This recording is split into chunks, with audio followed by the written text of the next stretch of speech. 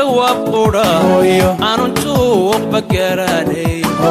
adigay jeclaystay injaqsiyay naaskee maantana maxaan ku dhasana lagu galaya maantana saasana lagu galaya waan ku soo ducaynaa lagu galaya maxaan la tiraya annaga maxaan la tiraya la soo gaar dawladda sharafta leh na soo gaar madaxweynaha waxaan ka codsaday maalqabeedka waxaan ka codsaday baarlamaanka waxaan ka codsaday guurshada waxaan ka codsaday islaamka waxaan ka codsaday wixii ashaadanaya alhiya waxaan ka codsanay dawladda haday daniga leedahay oo dadkoodii ahay oo la dhalanay marka la yiraahdo madaxweynuhu madaxweyne maaha xilligiisii baa dhamaaday jahaaga hooyo naftayda u jeelane oo aan jibsanayne ifka nabad ku joogo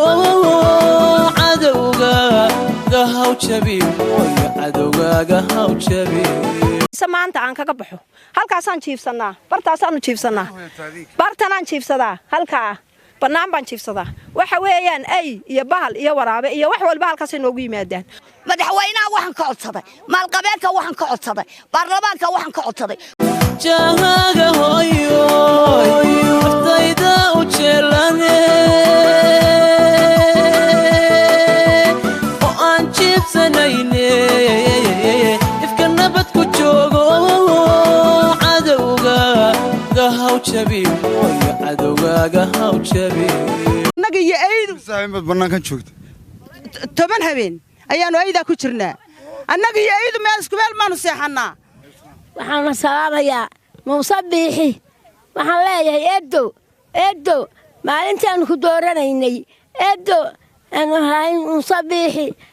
Biixi aan ku soo saaray yaa eedo saas ku galmaana lahay waa madashiya Muuse maalintaan ku lahayn maanta maaha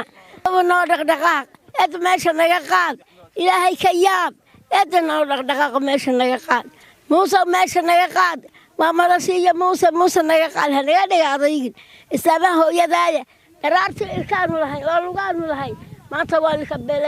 beelay bas oo karayno yaa tambasiya xaarkii baan dhex fadhinaa eedo noo dhaqdhaqaaq meesha naga qaad ilaahay baan kugu dhaariyay naga qaad waxaan ahay Somaliland wadanka u dhalatay Somaliland wadanka u dhalatay oo waxaan ku wuri taagan hooyo bilisana waan ahay macaan baan leeyahay hadaan macaan leeyahay halka waxaan u hooynay 12 habeen halkaan fadhido maanta fadhiyo tuxaale xashalayta wiimo iga guurbuudi oo laygu keenay waxa weeye waxaan u fadhinaa dawladdeeda iyo qarankayaga bara aan ku noqonana malihin hadaan lahayn waxaan doonaynaa dawladdeeda ka doonaynaa si